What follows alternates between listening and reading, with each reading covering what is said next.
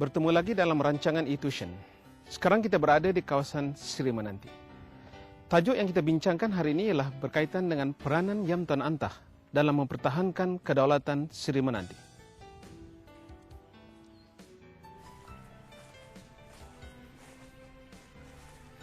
Yam Tuan Antah atau nama penuhnya Tunku Laksmana Antah Ibni Almarhum Raja Radin adalah merupakan pemerintah ke-6 bagi kawasan Sri Menanti.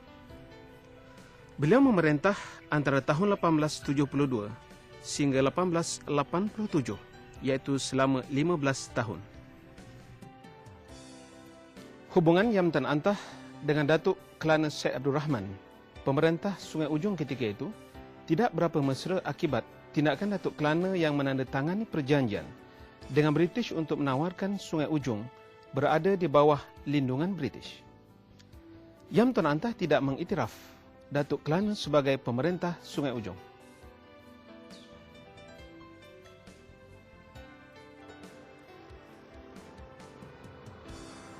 Hubungan Yam Tuan Antah dengan Datuk Kelana semakin meruncing apabila Datuk Kelana mengisytiharkan Teraci sebagai wilayahnya.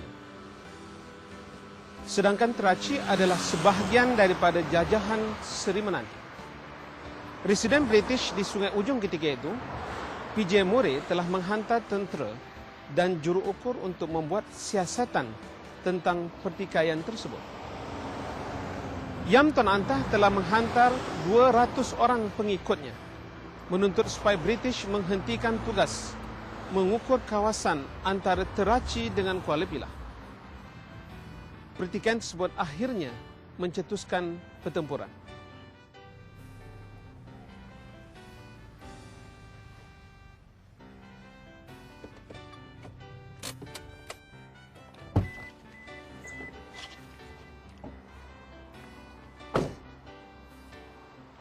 Yam Tuan Antah mendapat sokongan daripada Datuk Siamang Gagap, Tunku Besar Tampin, penduduk Rembau, Jelebu dan Johor bagi menentang British.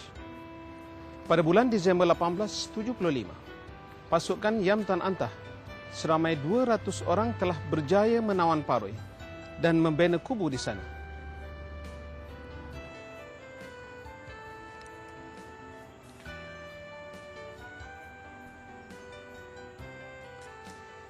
Namun begitu, pasukan British berjaya menawan semula Paroi dengan bantuan tentera daripada negeri-negeri Selat.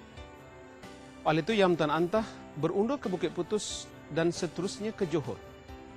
Kawasan inilah yang dinamakan Bukit Putus.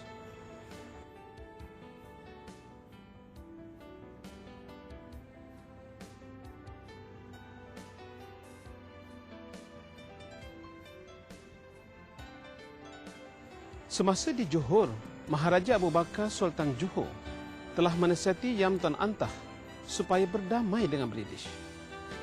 Mei 1876, Yam Tuan Antah telah berunding dengan Gubernur Negeri-Negeri Selat, William Jorwais.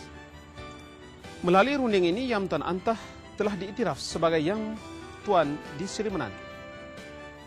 Rundingan tersebut membuka peluang kepada British untuk meluaskan pengaruhnya ke seluruh Negeri Sembilan.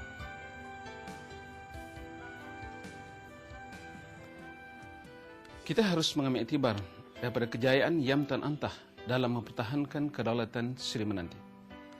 Walaupun baginda menandatangani perjanjian perdamaian dengan British bukan bermaksud baginda kalah dalam perjuangan. Sebaliknya, baginda berbuat demikian demi mempertahankan kedaulatan kerajaan yang dipimpinnya. Buktinya, British mengiktiraf baginda sebagai pemerintah yang sah kerajaan Sri Menanti. Sehubungan dengan itu, kita sebagai generasi muda seharusnya mempunyai keyakinan tinggi demi untuk mempertahankan kedaulatan bangsa. Sekian untuk kali ini. Bertemu lagi dalam rancangan akan datang.